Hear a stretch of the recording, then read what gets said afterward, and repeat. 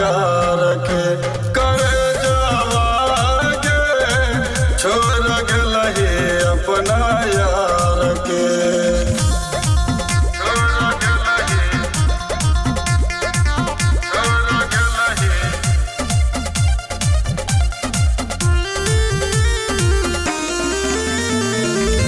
अरविंद भैया से तू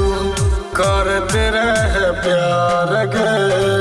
मिलते साजनवा तू तो भूल ले अपना यार के अरविंद भैया से तू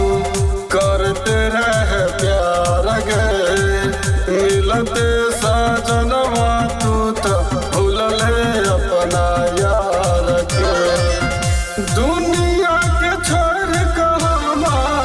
दुनिया के छोड़ कहमा छलियो तोर साथ में करे जावागे भूल गलही अपना यार के करे जावागे छोड़ गलही अपना प्यार के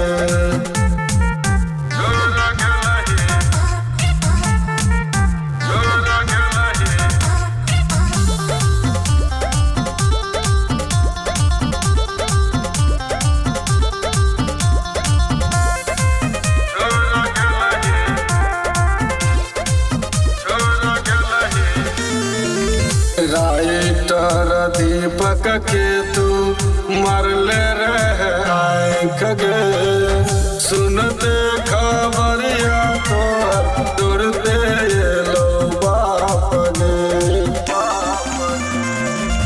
राइटर दीपक के तू मरले रहे आँख गे सुनते खबरिया तो तुरते लो